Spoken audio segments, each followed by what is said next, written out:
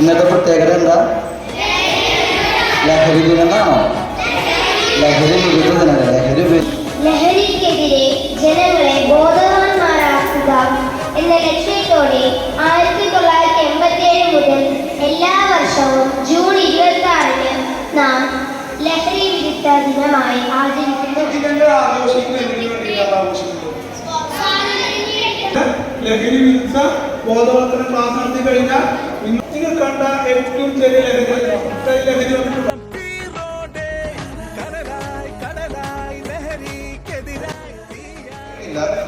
പക്ഷെ നിങ്ങൾ ഇത്ര രുചിയോടുകൂടി കഴിക്കുന്ന മിഠായി എന്താണെന്ന് അറിയാൻ വേണ്ടി ഞാനൊരെണ്ണം വാങ്ങി കഴിച്ചു എന്ന് പറയാൻ പറ്റില്ല.